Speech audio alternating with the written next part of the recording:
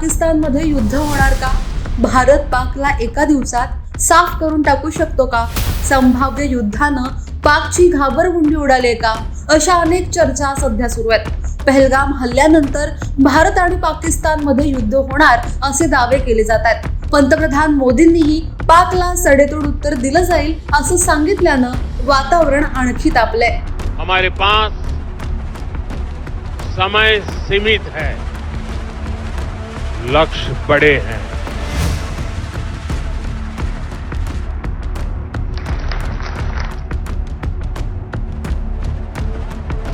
वर्तमान स्थिति के लिए नहीं कह रहा। सीमेवर दोन्ही देशांची सज्जत वाढली आहे। सैनिक, शस्त्र, विमानं, युद्धनौका सारं काही सज्ज होत आहे। पाकला धडा शिकवण्यासाठी भारताला युद्ध करावंच लागलं तर त्याचा खर्च किती असेल याचे तर्कवितर्क लढवले जात आहेत। काही मीडिया रिपोर्ट्सनुसार 1999 मध्ये भारत आणि पाक मध्ये झालेल्या कारगिल युद्धात भारताला साधारण 5 ते 10 हजार कोटींच्या दरम्यान खर्च आला होता।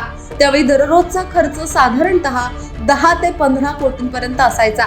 पण आता परिस्थिती बदलली आहे। दोन्ही देशांकडे अत्याधुनिक शस्त्र आहेत, सैनिकांची संख्या वाढली आहे, त्यामुळे यावेळी खर्चाचा आकडा जास्त असेल असा अंदाज व्यक्त होतोय। विविध मीडिया रिपोर्ट्स मध्ये काही अंदाज व्यक्त करण्यात आलेत। यामध्ये जर भारत आणि पाक मध्ये युद्ध सुरू झालं आणि ते 4 आठवडे चाललं तर 49,000 कोटींचा खर्च येऊ शकतो। यामध्ये युद्धामुळे आणि तणावामुळे होणाऱ्या आर्थिक नुकसानीच्या आकड्यांचा अंदाज गृहीत धरण्यात आलेला नाही। याचा अर्थ 40 ते 50 दिवस युद्ध चाललं तर दर दिवसाला किमान 1000 कोटी रुपये खर्च येऊ शकतो। पाकिस्तानपेक्षा भारत आर्थिकदृष्ट्या खूपच सक्षम आहे, त्यामुळे युद्ध झालं तर त्याचा सर्वाधिक फटका पाकला बसणार आहे।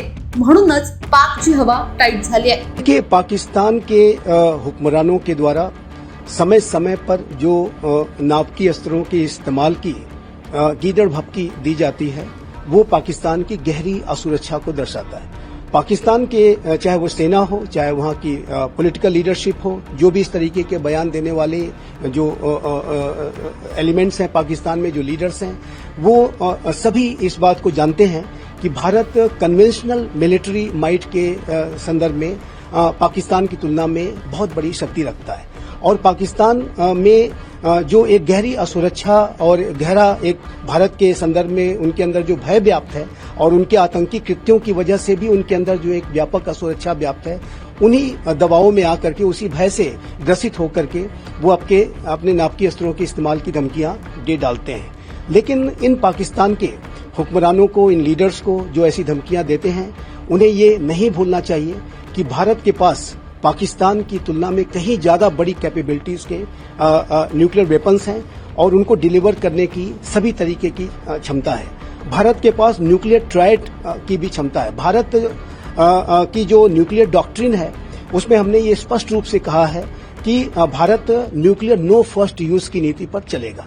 लेकिन यदि भारत के ऊपर किसी शत्रु के द्वारा कोई नापाकी हमला करने का दुस्साहस कर दिया जाता है तो ऐसे में भारत इस पूरे हमले को मैसिव तरीके से रिटेलिएट करेगा। और पाकिस्तान के ऐसे लीडर्स को भारत की न्यूक्लियर डॉक्ट्रिन को बहुत ही सावधानी के साथ पढ़ लेना चाहिए और उसके बाद ही ये बयान देना चाहिए। और मैं स्पष्ट रूप से कहना चाहता हूं कि यदि पाकिस्तान ने किसी भी तरीके का ऐसा दुस्साहस किया, यहां तक कि यदि उसने किसी टैक्टिकल न्यूक्लियर वेपन का भी अगर इस्तेमाल युद्ध के क्षेत्र में भारत के विरुद्ध किया, तो भारत का जो रिटेलिएशन होगा वो मैसिव होगा, हमारे न्यूक्लियर डॉक्ट्रिन में जैसा कि उल्लेखित है। और फिर अगले दिन पाकिस्तान का जो अस्तित्व है आप वर्ल्ड मैप पे नहीं पाएंगे। ये बात पाकिस्तान के हुक्मरानों को समझ लेनी चाहिए और उसके बाद ही ये बयान देना चाहिए। जहां तक भारत का अपने न्यूक्लियर वेपन्स के संदर्भ में व्यवहार का प्रश्न है, जो भारत का न्यूक्लियर बिहेवियर है वो बहुत ही रिस्पॉन्सिबल रहा है। भारत का न्यूक्लियर वेपन्स के संदर्भ में जो रिकॉर्ड है इम्पेकेबल है और भारत के ऊपर कभी कोई उंगली नहीं उठा सकता कि भारत ने न्यूक्लियर वेपन्स के प्रसार में कहीं कोई भूमिका निभाई है। जबकि आप पाकिस्तान का न्यूक्लियर बिहेवियर देखें तो वहां पर जो एक कुख्यात साइंटिस्ट डॉक्टर अब्दुल कादिर खान ने किस तरीके से पाकिस्तान की न्यूक्लियर टेक्नोलॉजी को अनेक रोग नेशंस को ट्रांसफर करने की साजिश रची। और पाकिस्तान जाहिर है कि अपने न्यूक्लियर बिहेवियर को लेकर के, गैर जिम्मेदाराना बिहेवियर को लेकर के पहले पहले से ही कुख्यात है और पाकिस्तान के जो लीडर्स के द्वारा ऐसे बयान दिए जा रहे हैं, एक गैर जिम्मेदाराना बयान है। जाहिर है कि इससे पाकिस्तान की जो अंतर्राष्ट्रीय छवि उसके नापकी व्यवहार के संदर्भ में और अधिक गिरेगी।